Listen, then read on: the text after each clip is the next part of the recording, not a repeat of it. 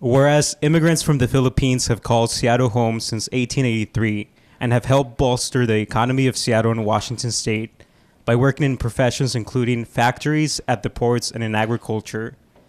And whereas the Filipino community in Seattle promotes cultural diversity, civic engagement, unity, and educational and socioeconomic empowerment amongst Filipino-Americans in the Pacific Northwest.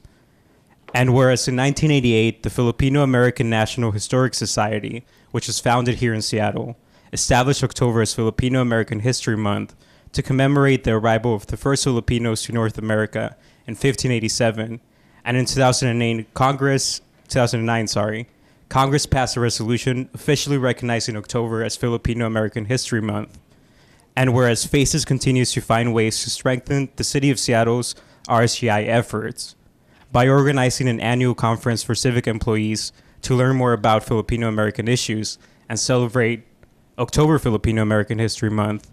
Now, therefore, I, Mayor Jenny A. Durkin, do hereby honor October as Filipino-American History Month and proclaim October 25th, 2018 as FACES Day.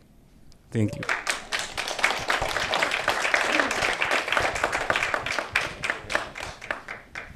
And today, my co-host today, Larcy Douglas, will be here introducing our speakers. So let me hand the mic to you. Thank you. Thanks, Andy. Hi, guys. My name is Larcy Douglas, and I love seeing all of these faces in front of me because we do have an exciting time today. So among our panelists of speakers, we have somebody who introduced traditional flavors beyond the Filipino palate. We have a second-degree black belt who wants to volunteer for that. You can take your pick. And then we have somebody who is an avid dancer. So I'm really excited. Not only is it that today got proclaimed October 25th as FACES Day, it's also my birthday. So yes. The rest of you guys in accounting, don't do the math. I don't know. I don't really care to know what you guys think my age is, so we'll keep that off the record for today. But other than that, welcome. And this is actually my first FACES conference, so I'm also excited to be here and kind of share some stories out there. So Filipino-American History Month, there's a lot to be said about that. But something I want to put in front of you out there as we get to know our panelists, but also kind of reflect inward for ourselves, is what is the difference between heritage and history? We are all throughout October, we're going to celebrate history, but what is our true heritage? And what does that heritage mean to us? So I want to put that in the back burner as we get to know our panelists and kind of maybe see some mirroring stories. Because really, Filipino-American history is a set of facts and a set of timelines that we have been able to catalog. But I want to take that a little bit deeper and say, what is our heritage? You have somebody who came in, I don't know how many years was that? What was the day again that they first came and arrived here? Anyway, so that's a long time. So from that and all the stories that have compiled since then, that is who we truly are. And are we executing that somehow through food? So Edwin was nice enough to prepare this lunch that we have today, but then also the rest of our story. So it's not complete. We have so many visionaries out there in our community that will take the next set of generations to new heights. So our optimists are going to be the first to pilot that airplane, but I guarantee you the pessimists will make sure we have parachutes. So without further ado, I would love more than anything, a personal friend of mine, Miss Chera, like I said, introduce some of our traditional flavors outside of our Filipino palate. And I love it because not only is she going on and riding the waves of success being a Filipino-American business owner, she has expanded outside of her own business and have partnered with, some of you guys are probably familiar with Molly Moons, right?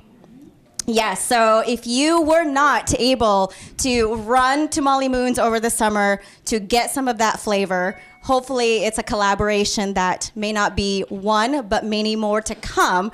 So without further ado, you guys have her bio. I don't want to bore you. I want to just give the mic over to her. She has some exciting things she wants to share about her own set of successes, but I want you guys to reflect on the heritage component of it. What is it about her story or his story or your story that all mirror each other, that we all can relate? So just put that in the back of your head.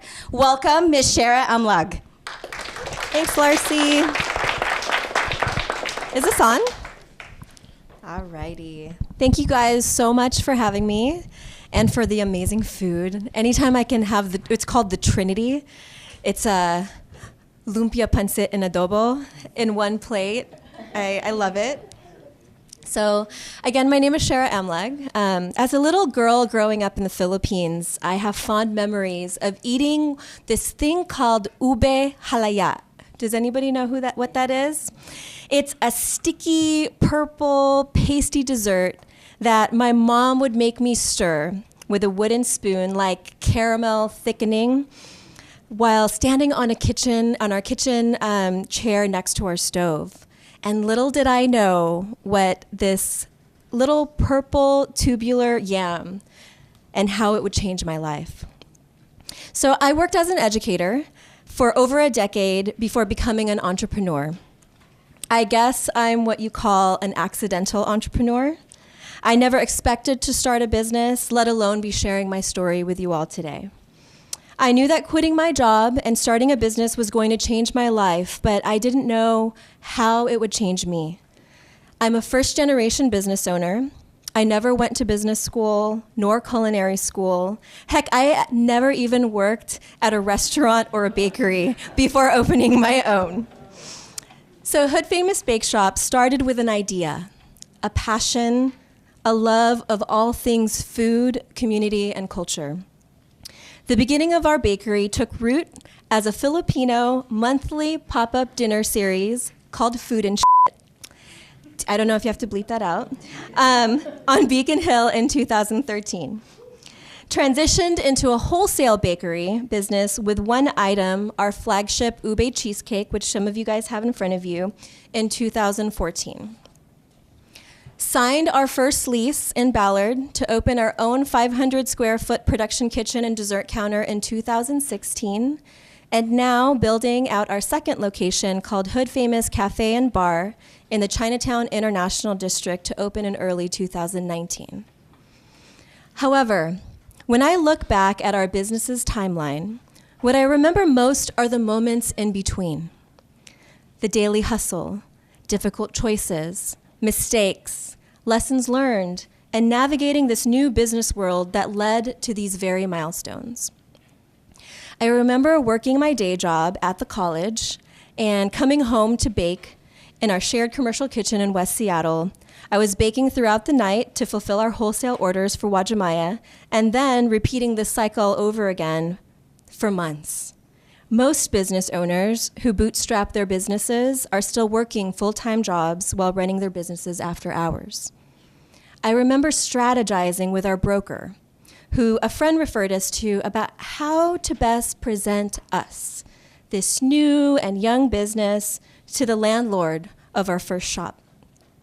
What do we say to make him take the risk on us? We often found the process of securing a commercial lease extremely daunting. But then I met Jennifer, the city's restaurant advocate.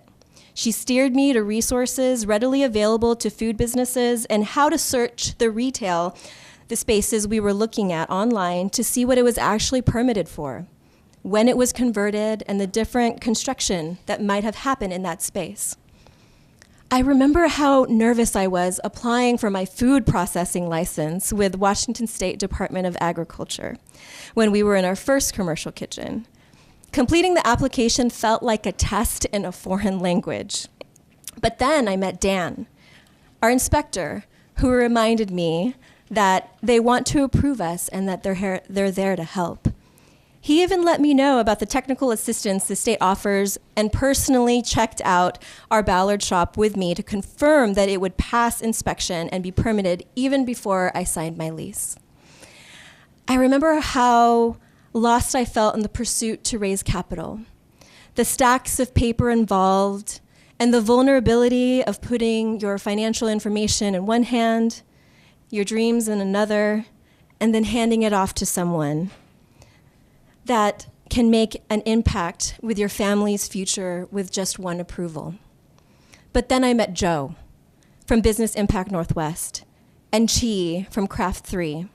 These local nonprofit lenders help make the SBA lending process feel less like a transaction, but more like a partnership. But most importantly, it was the moments where I believed that I belonged in the Seattle landscape of business owners. I attribute my sense of belonging not only to our community of customers, but who share our products and tell their friends and family about us, but the individuals who help me navigate the plethora of paperwork and systems a small business owner weaves in and out of. Most of these individuals sit in city, county, state desks that probably look familiar to yours. The sense of belonging as a first-generation business owner is invaluable. As Filipinos, there was once a time in America's history when we did not belong. In 1902, the Cooper Act was passed by the US Congress, making it illegal for Filipinos to own property, vote, operate a business, live in American residential neighborhoods, hold public office, and become a naturalized American citizen. Just 4 years prior, the United States had annexed the Philippines after being sold by Spain for $20 million. There have been many waves of migration since then from the Philippines to the US, and depending on which statistics you cite, Filipinos make up the second largest Asian population in the country and constitute somewhere between 2 to 3% of Seattle's population. Laws have obviously changed, and immigrants now have started 40% of the top Fortune 500 companies.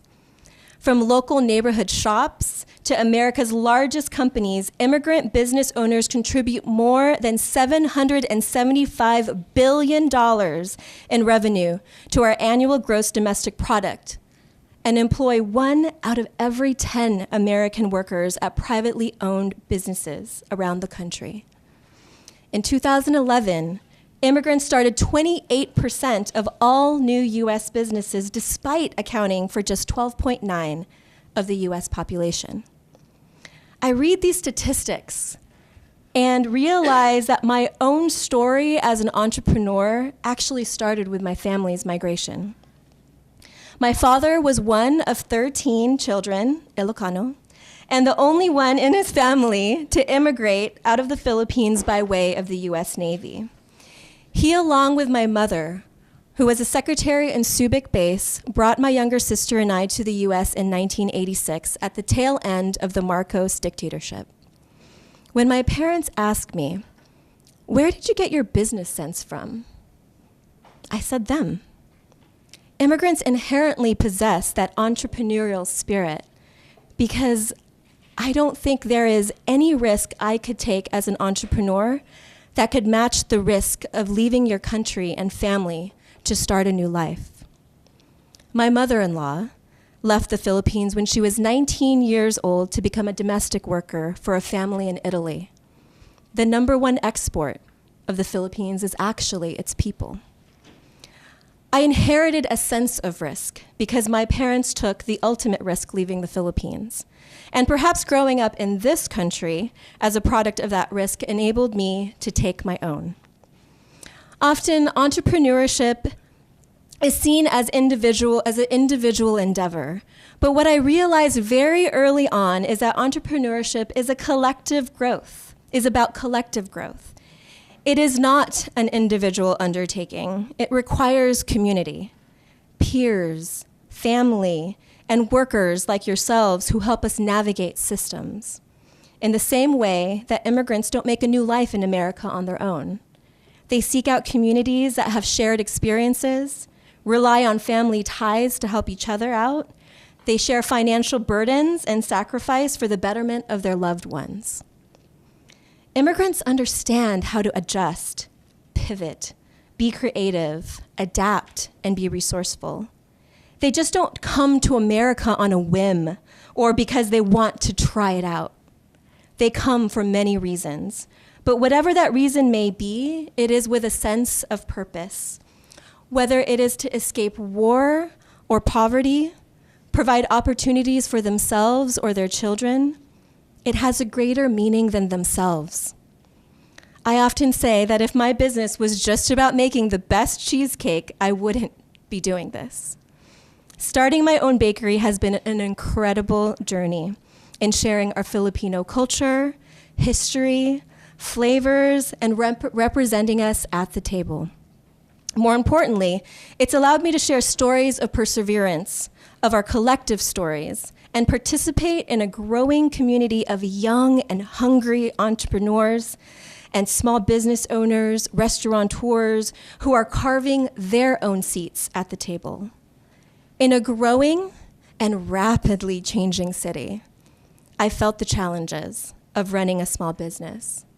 But I've also encountered numerous resources and people like yourselves rooting for our success. When small businesses flourish, so does the local economy.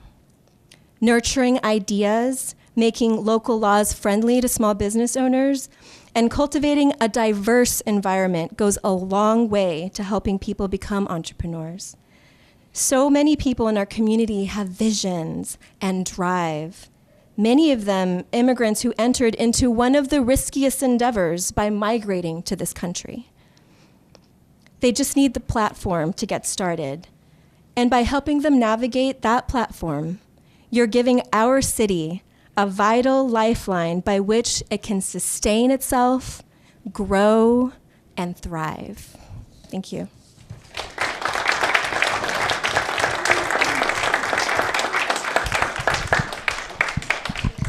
Thank you so much. Another round of applause for Chera, everybody.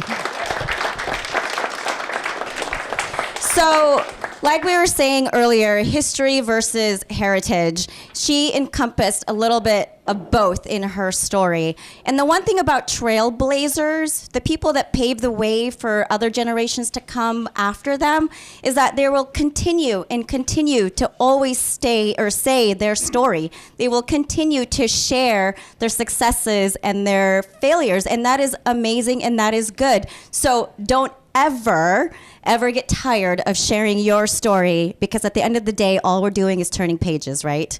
So up next, Mr. Florian Purganan, personal friend of mine. If you didn't know already, he is an avid dancer. So I have seen Ian grow into the man that he is today. And more than anything with Ian, not just a personal friend of mine that I can call up and go have coffee or lunch with, is that this guy, more than anything right now, with what is going on in our civic community, is that he has really heavy shoulders. There is a sense of the immigrant community right now and what is going on politically here in our country. If you want to know what it's like to really burden or to really carry some of those burdens and what those shoulders really feel like, you pick this guy's head. Because time and time again, every time I hear about him, he is fighting for someone other than himself. He is making sure families are connected. He is making sure that other immigrants out there that want a better life can get that. And if anybody out there can bridge it, it's Ian. So please help me welcome him.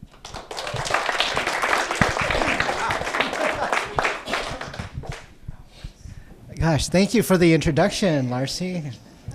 Put me on the spot there. How's everyone doing today? Great. Well, thank you for having me. Today I'm going to talk about, actually we'll go back. Yeah, thank you.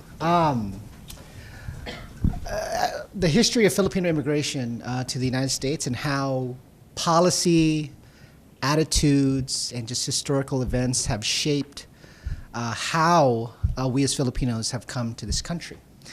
You probably heard earlier, the Filipinos have been in the United States since 1587.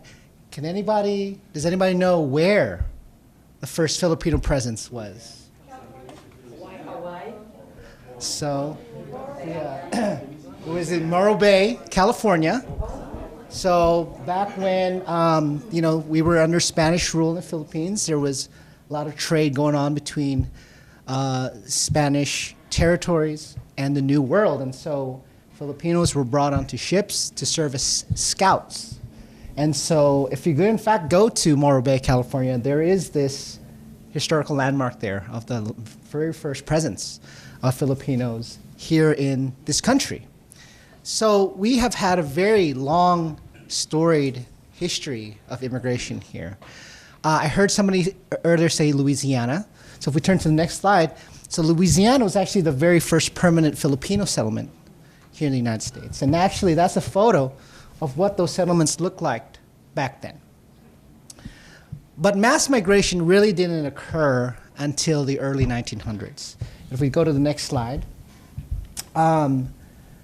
really it's been shaped, mass migration was really shaped just by the relationship that the United States and the Philippines has had. I mean, we've had a very long relationship with the US, and of course just historical events such as wars, and also labor disputes have been really what has caused a lot of the migration to happen, to occur. The immigration of Filipinos to the United States can be described as three waves. And so the first wave occurred after what Chera mentioned earlier, the signing of the Treaty of Paris. If we go to the next slide.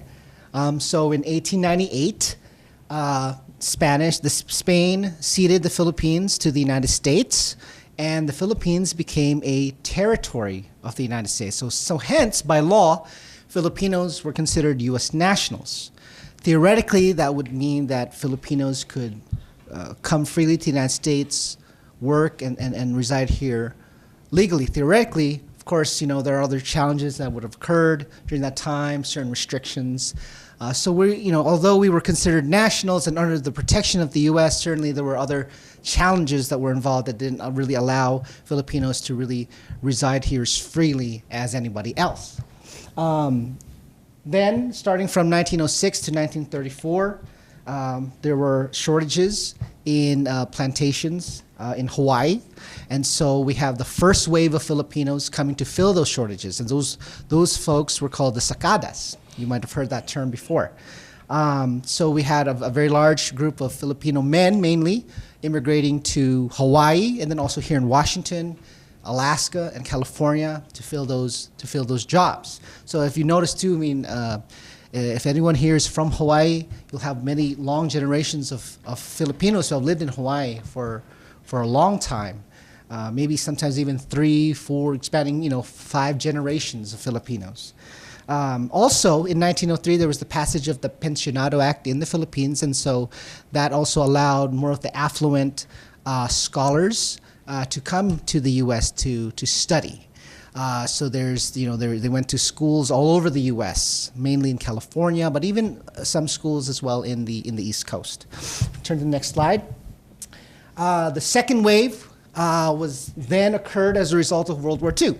So I think we're all very familiar here with the whole challenges that the Filipino veterans have faced. But in 1941, President Roosevelt signed an executive order calling to arms Filipinos or members of the Philippine Army to fight alongside the Americans in World War II. With the promise of U.S. citizenship and other benefits, including, being able to bring your family members to the United States, and also, just other veteran benefits, pensions, and whatnot. But of course, as we'll discuss later on, those promises were then taken away. However, out of the 260,000 Filipino soldiers that fought alongside the United States, I believe about 10,000 actually became citizens from that. And then also around that time, there was the War Brides Act that was passed, which allowed spouses of American soldiers to also then immigrate to the United States. And so about 16,000 Filipinas, although there's also there's also a record of at least one Filipino not bride, but spouse immigrating based on this act. Now, the third wave and the last wave is what we're currently experiencing today, but it started basically after 1966, which is to fill the need of professionals. So we had this wave of Filipino professionals, and that's why you hear the common terminology of Filipino nurses, But other than nurses, we also had a lot of doctors, physical therapists, teachers that immigrated after 1965, and we'll get into why that's a very specific year. And so from 1966 to 1991, you had about 35,000 Filipino nurses immigrated to the United States. Does anybody watch, everybody here knows Joe Coy, right? There's a joke that I thought was very relevant that he had recently. He was performing, I think, in California, and his very first thing he said is like, "Oh, where are all my Filipinos at?" And everybody, of course, most of the crowd screamed. And he said, "Somewhere in California, there's an empty hospital." So I just thought that was kind of funny. So, anyways, but it's very accurate because that's what how a lot of folks that I'm sure we probably know. Some folks who immigrated that way. And also, as Chera had mentioned too, in fact, I can relate to as well, a lot of Filipinos could enlist directly with the U.S. Navy due to the military base agreement that we had in place. And so actually that agreement started in 1901 and then ended in 1992. When that agreement, ended. And so my father, in fact, enlisted in the U.S. Army in 1966, ended up fighting in the Vietnam War, then went back, married my mom, and then my sister and I were born, as Americans. But about 17,000 in 1976, there were about 17,000 Filipinos that were serving in the U.S. Navy. So with that context of Filipino waves of immigration, let's look at the laws that affected those waves. So these are just a few of the laws that have passed, but I just picked the ones that I think specifically affected Filipino immigration. So, and you'll notice too how a lot of these laws were just blatantly racist. I mean, there's really no other way to put it. And I mean, back then too, I think with politics, I mean, I don't think folks were really that afraid of just being overtly and blatantly racist in their policies. So if we look at, 1917, there was a law passed called the Immigration Act of 1917, but it was also known as the Asiatic Barred Zone Act. And so it basically restricted much of Asia and Pacific countries from immigrating to the United States. Interestingly, Japan and the Philippines were not included. But then in 1924, a law was passed, and that was, it also, again, barred certain countries from immigrating, particularly non-white immigrants. And in that law, the Philippines was included. And so they were barring folks that were from the Asia-Pacific Triangle. And so that included a lot of the Southeast Asian countries, including Japan, China, and so also folks of Caucasian or African descent were the only ones allowed to apply for naturalization to become U.S. citizens. In 1934, so if you recall, we were U.S. nationals from 1898 to 1946. In 1934, the Tidings-McDuffie Act was passed, and it specifically limited Filipino immigration to the United States to 50 per year. And then, of course, 1946, very controversial, the Rescission Act was passed, which stripped away all the benefits that were promised to Filipino veterans. And for the last 50 years, veterans were fighting for that equity.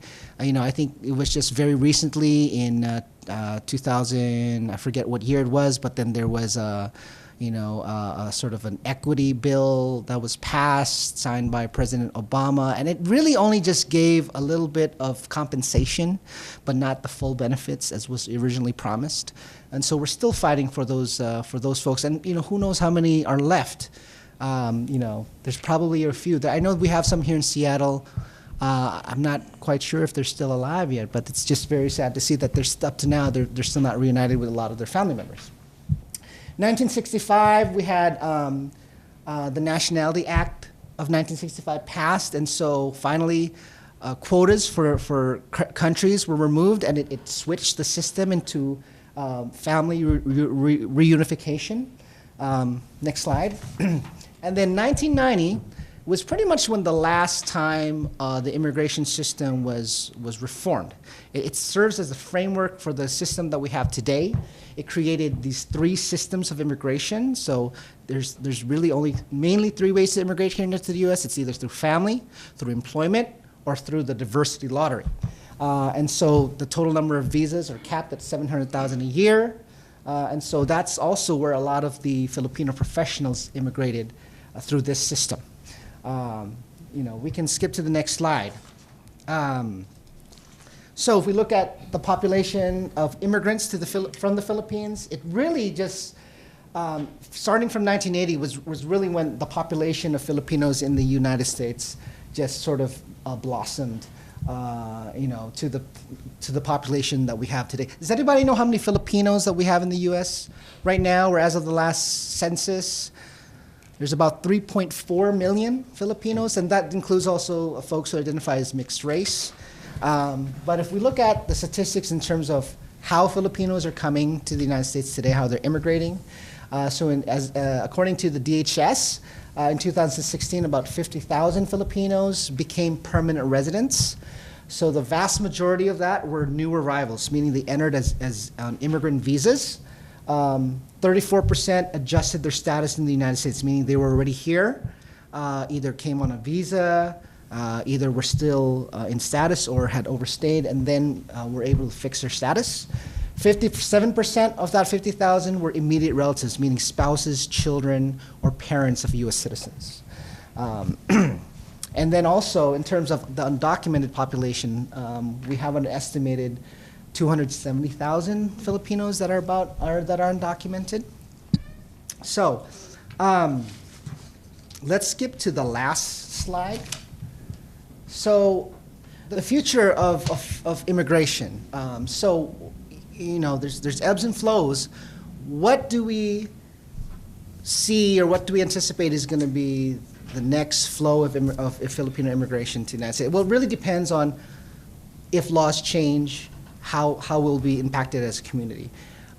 This is what the White House, the current administration, proposes. This is their position on immigration here in the United States. And so if we look at what they want, we can then decide how that's going to affect us as a community. Mainly, the biggest thing here that I'd like to point out is the White House's position on ending chain migration. And so if they get what they want, it basically will remove most of the categories under the family-based immigration. It will limit family immigration to only spouses and minor children of citizens and permanent residents. That means you can't petition parents, you can't petition siblings, you can't petition adult children. Also, they want to move immigration to a merit-based system. Now, what that exactly means, the details are scarce. There's been talk about having English-only requirement or an English language requirement. There's talk about having, an educational background. All of that is still, up in the air. We don't know exactly what their proposal is. They're very scarce on specifics. But again, as Chera had mentioned, does all of these things that they want in the merit basis, does that necessarily mean that person won't become successful? I think that's just a discussion, another discussion altogether. That is a little bit brief history of Filipino immigration. So thank you.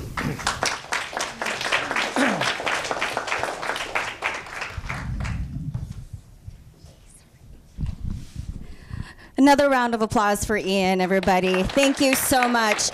So, as everybody saw behind me, there's a lot to be proud of. But the thing that keeps popping up is perseverance. And I admire, first of all of you being up here and being in the forefront of all these talks.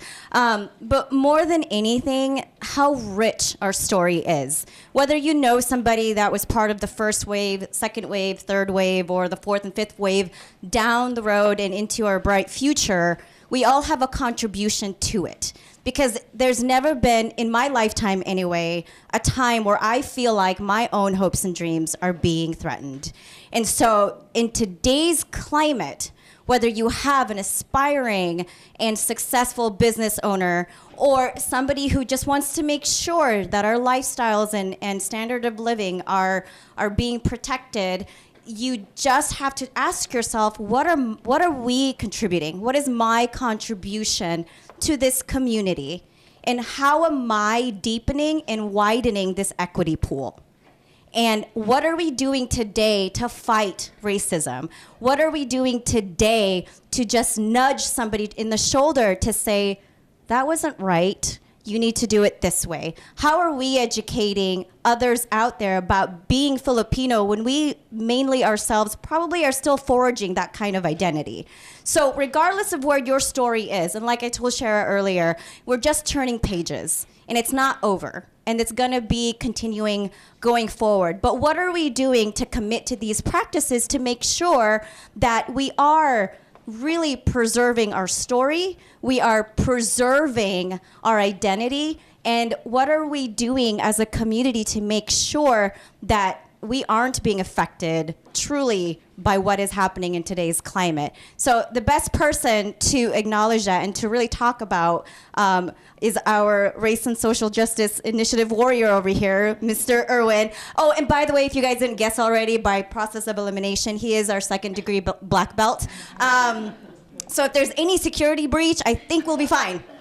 But more than anything, what he came here to do is to share with us, how are we practicing these things? How are we making sure that we hold ourselves accountable to making sure the next set of immigration communities are coming in here safely and are not being threatened by certain border restrictions, that they get to the point in their life where they are also entrepreneurs of their own community. So then Irwin today is going to say, hey guys, this is probably the best way we need to do this to show support in our community. So help me welcome Mr. Irwin.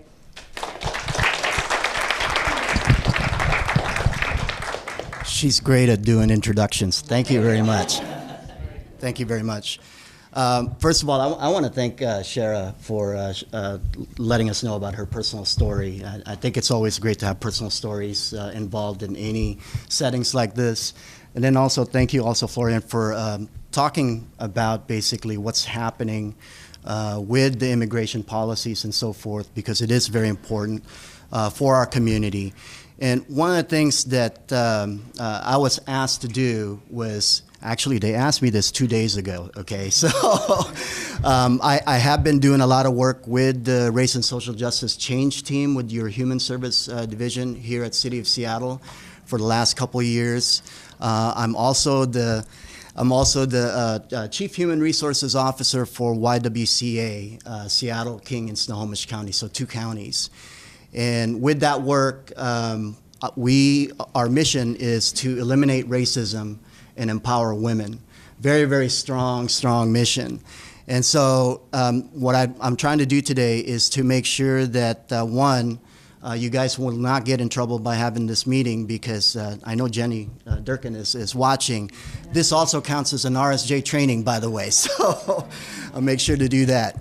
But I wanted to go ahead and start out with cultural humility. Okay, what does cultural humility really mean? It's basically lifelong learning and critical self-reflection, basically understanding that each of us is a complicated human being. When you first saw me, for instance, I came here with a hat, and you probably thought, oh no, here comes another thug coming through. No, I'm actually a Chief Human Resources Officer. I debate a lot of attorneys on employment issues, and there's more to it when you meet a person. And so one of the things that we have to take a look at when we meet individuals is there's a lot of multi-dimensions for each individual. And so we have to make sure that we keep that in the back of our mind. There's different identities, for instance, that each person has. I came here when I was 10 years old. My father is from Batara, Ilocos Norte. My mother is from La Union. I still speak Ilocano today, which is great. I haven't forgotten it. I was raised by my grandmother for about 5 years and came here. My mother was the first one to immigrate here, and then my father followed, and so we were with my grandmother for 5 years altogether before we came out here. So there's a lot of stories with one person.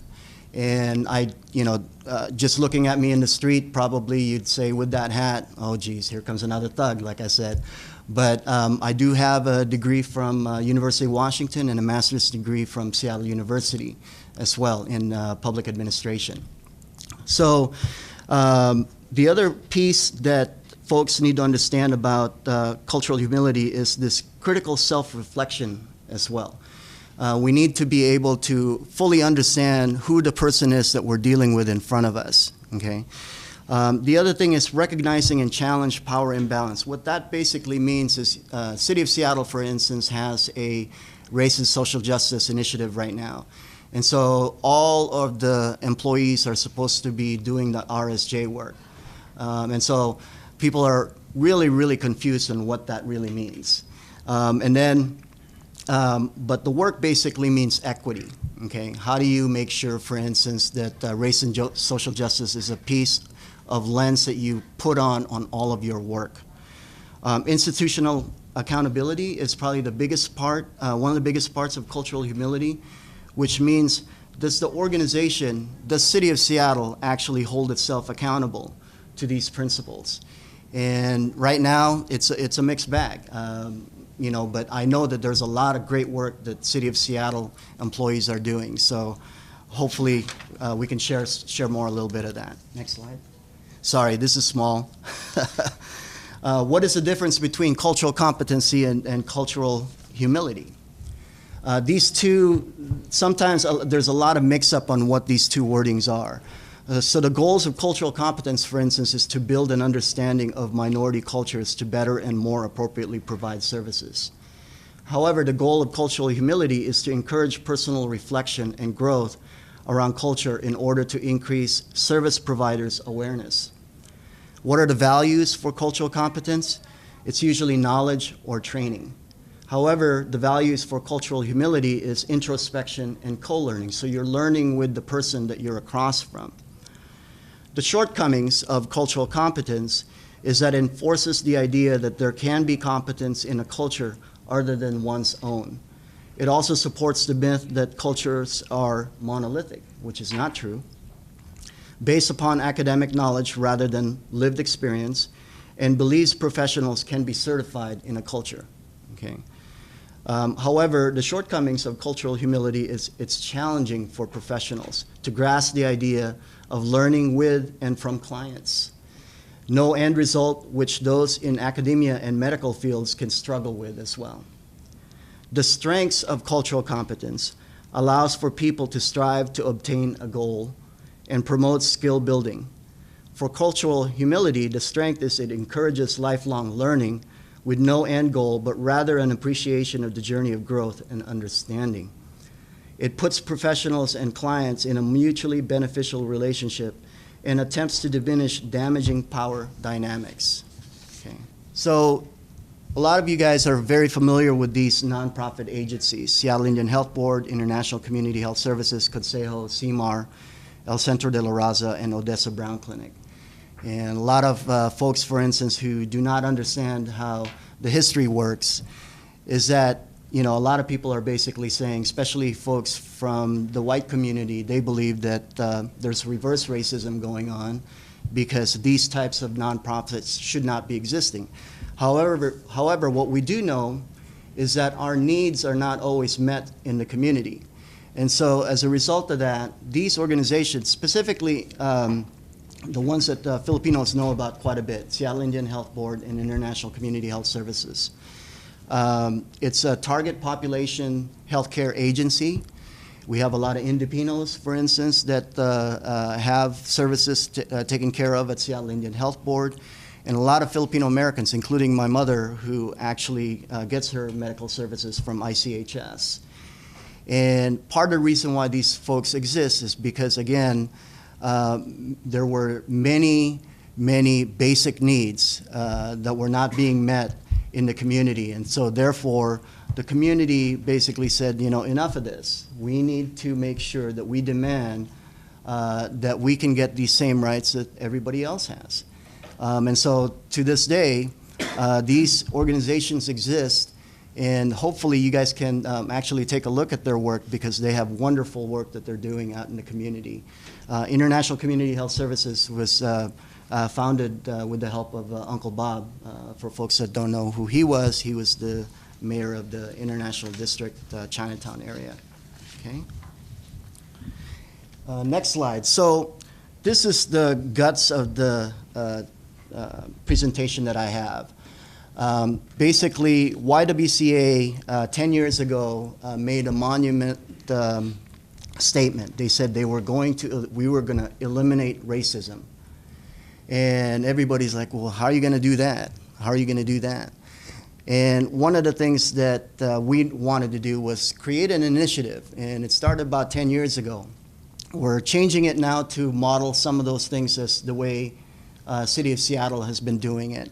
But the crux, for instance, of all of this work has been through these three main goals that we have, which is to create an internal culture supporting the elimination of institutional racism, sexism, and other discriminatory practice, increase knowledge on the intersection of poverty, class, race, and gender, and build authentic trust-based relationships with communities. Now, if you take a look at those three items, it's pretty much similar to the cultural humility definitions, as I said earlier, okay? So some of the work that we've been doing, for instance, how are we expanding social justice work throughout the agency? So we do monthly trainings of race and social justice. We bring in various guest speakers and consultants. We have a lending library regarding race and social justice issues.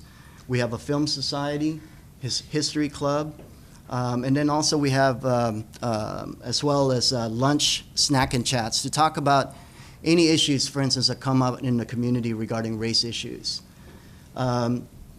We also improve cohesive social justice integration throughout the agency.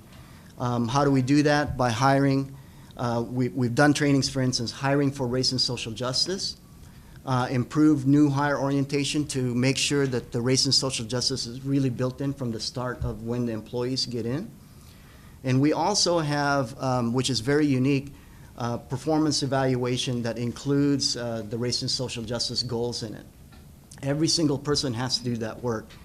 And something very controversial, in which I had a major argument with our attorney, is this thing called the RSJ threshold policy, which means that if a person, for instance, is not doing meaningful work in race and social justice, then we coach them into making sure that they do the work.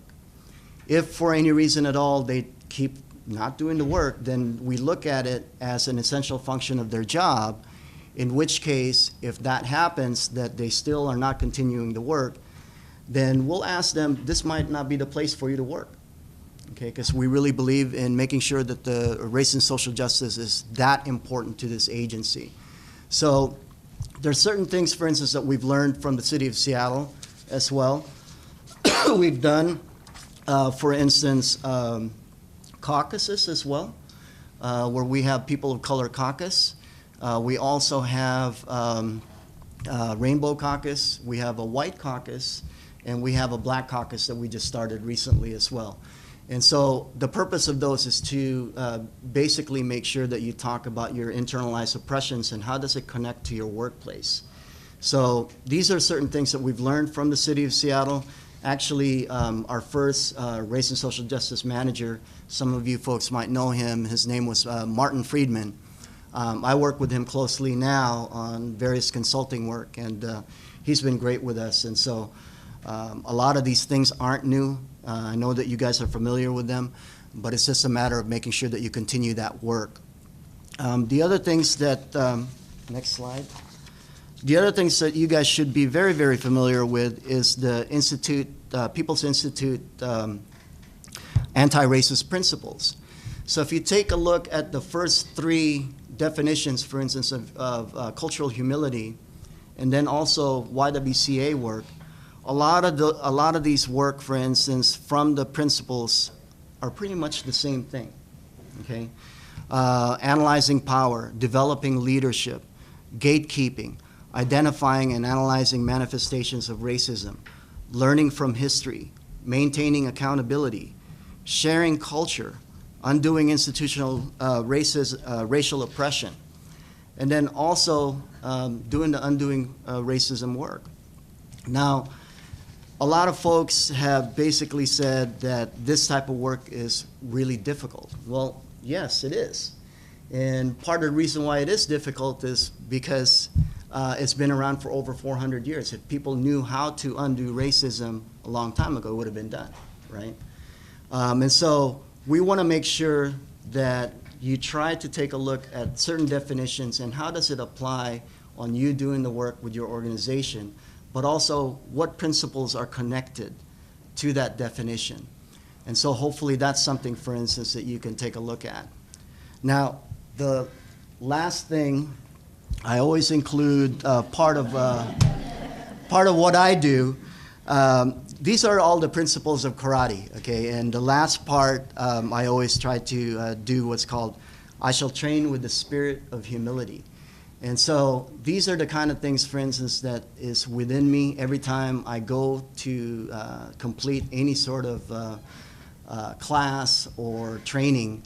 I always include very much of myself, okay? And that's what I have today. But what I do want to do is also give you guys a gift as well. And so give me a second to prepare real quick.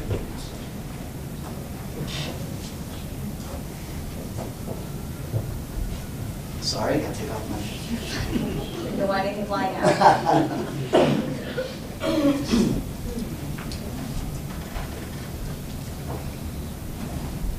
So it's an Ilocano thing to always give a gift, and so I'd like to give you guys a gift from my heart, okay? This is kata, it's called Seizan. Okay. Seizan!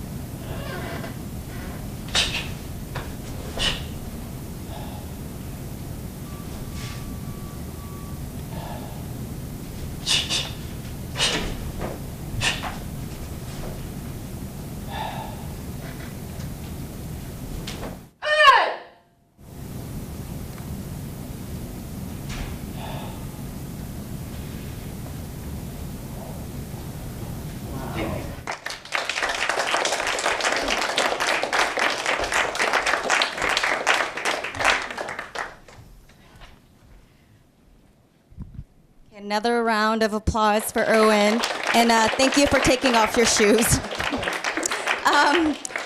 Okay, so, before we wrap all this up, I know it's a lot to internalize, and I hope that something on this panel has kind of sparked something in you. Maybe that's just been kind of burning inside, or just something cultivating that you haven't quite taken action on.